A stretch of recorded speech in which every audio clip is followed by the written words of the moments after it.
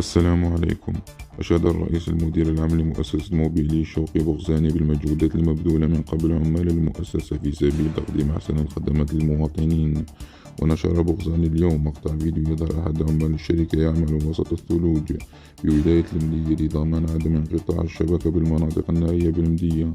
وعلق بغزاني على الفيديو الذي أرفقه بمنشور قائلا: قد يبدو الأمر بسيطا، مجرد عمل يتقاضى عليه هؤلاء العمال أجرا، ولكن العبرة كل العبرة هي من يبحث عن النتائج. سيجد السبل، وأقوى سبيل هو الإرادة والعزيمة واليقين بنبل الرسالة التي نؤديها، ومن يتكاسل أو لا يؤمن بالرسالة والهدف سيجد مليون عذر وعذر.